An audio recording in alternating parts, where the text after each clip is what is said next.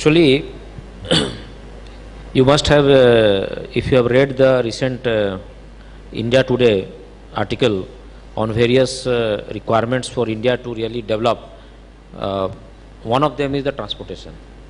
And that says even if a country is growing at rate of 7%, 8%, the demand for transportation, particularly the road transportation, is growing at rate of the 15-20%. Your vehicles, etc., are growing at the rate of 15%.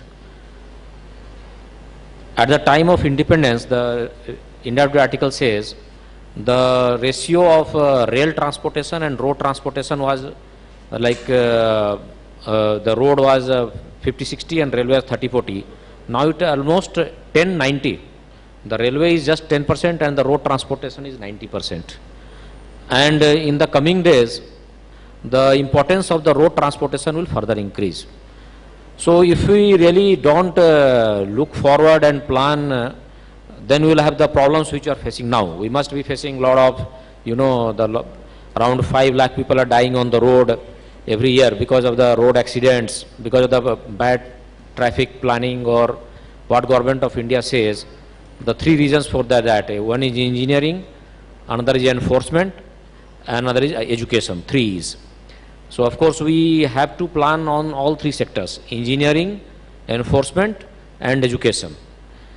But as a transport commissioner, I look after basically on the, not much on the engineering sector, but on the more on the enforcement and education, and trying to make easier for the users of vehicle to whatever they need licensing, like learning licensing, driving licensing, permits, and the fitness. And so we try to make them as automatic as we are trying to move in the direction of full automation.